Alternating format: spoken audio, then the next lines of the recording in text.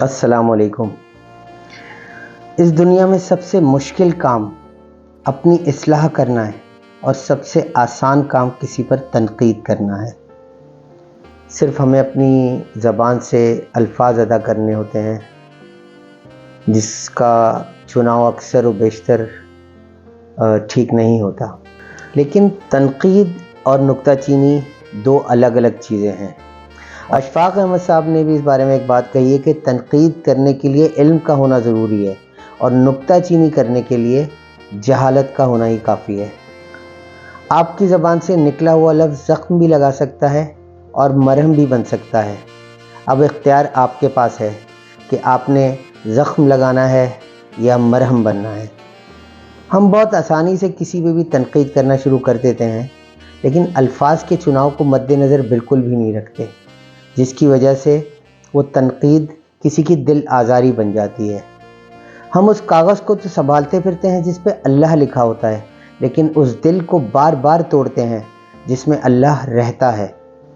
اگر کسی کا ضمیر جگانے کے لیے اور اس کی اصلاح کرنے کے لیے تنقید کرنا ضروری ہے تو اپنا لہجہ نرم رکھیں، کیونکہ سخت لہجہ کسی کا ضمیر تو نہیں جگا سکے گا، لیکن اس کی انا کو ضرور جگا دے گا۔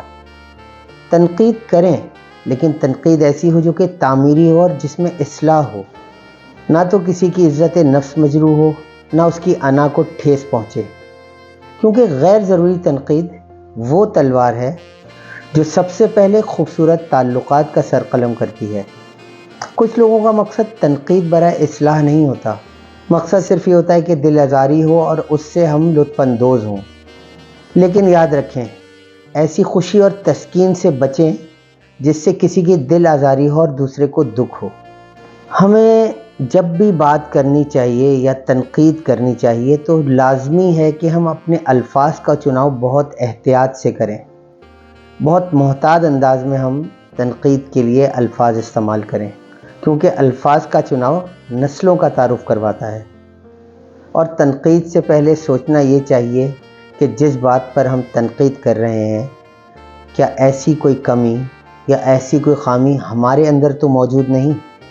کیونکہ ایسی تنقید یا کسی کی اصلاح کرنے کی کوشش جس پہ ہمارا دل مطمئن نہ ہو، اس تنقید سے گریز کریں۔ کسی پر بھی تنقید کرنے سے پہلے اگر ہم اپنے ضمیر کو جھنجھوڑیں اور اپنے آپ سے یہ سوال کریں کہ کیا تم اس قابل ہو کہ تم کسی پر تنقید کر سکتے ہو یا کسی کی اصلاح کر سکتے ہو۔ تنقید کرتے ہوئے اس بات کو بھی ضرور یاد رکھنا چاہیے کہ آپ بھی کسی کی تنقید کا نشانہ بن سکتے ہیں۔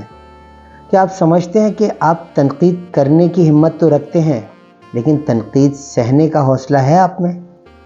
انسان چاہے جتنا بھی غلط ہو، لیکن اس کی اصلاح کا واحد راستہ محبت ہے، اور تنقید جتنی بھی حق بجانب ہو، وہ کسی انسان کی اصلاح کے لیے کارگر ثابت نہیں ہو سکتی۔ اگر آپ کسی کی اصلاح کرنا چاہتے ہیں تو تنقید ہمیشہ تنہائی میں کریں، اور اگر آپ کسی کی حوصلہ افزائی کرنا چاہتے ہیں تو وہ محفل میں کریں۔ تنہائی میں اور نرم لہجے میں تنقید کرنے کا فائدہ یہ ہوتا ہے کہ انسان کی عزت نفس کو ٹھیس نہیں پہنچتی، اور محفل میں تعریف یا حوصلہ افزائی کرنے کا فائدہ یہ ہوتا ہے کہ انسان اپنے آپ میں مزید بہتری لانے کے لیے پرعزم ہو جاتا ہے۔ تنقید کریں، لیکن طریقہ کار ایسا اختیار کریں جس سے کہ سامنے والے کی دل آزاری نہ ہو، اور تنقید سہنے کی ہمت اور حوصلہ اپنے اندر پیدا کریں۔ کچھ دن پہلے ایک شعر نظروں سے گزرا تھا جو کہ اس وقت کی گفتگو سے بہت مماثلت رکھتا ہے کہ ابھی تو تنقید ہو رہی ہے میرے مذاق جنوں پہ، لیکن ابھی تو تنقید ہو رہی ہے میرے مذاق جنوں پہ، لیکن تمہاری زلفوں کی برہمی کا سوال آیا تو کیا کرو گے؟ اپنا اور اپنے آس پاس کے لوگوں کا خیال رکھیں، خوش رکھیے، خوش رہیے۔